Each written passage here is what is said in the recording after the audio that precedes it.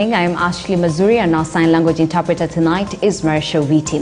Now, President Uhuru Kenyatta has today met officials from the Interior Ministry alongside the National Government Administration and the National Police Service following terror alerts issued against Kenya by the USA, Germany, France and the Netherlands. The alerts come after Kenya faced attacks from the Somali-based Al-Shabaab terror group that have seen several people lose their lives in Lamu. Our reporter Fred Kagonye begins our bulletin with that report.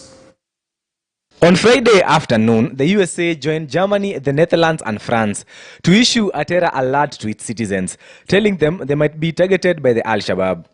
USA in its communication said the risk of an attack had increased and wants its citizens to be careful when going to places of worship, malls and locations with large crowds.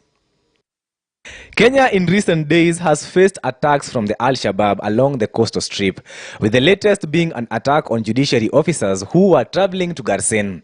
The attacks continue to be a risk to Kenyans and foreigners. This is what propelled the president to action, holding crisis talks with top officials in the security apparatus at State House, Nairobi. 3 European Union countries, Germany, France and the Netherlands, were the first to warn their citizens to be vigilant as they went about their businesses, saying there was a risk of a terror attack.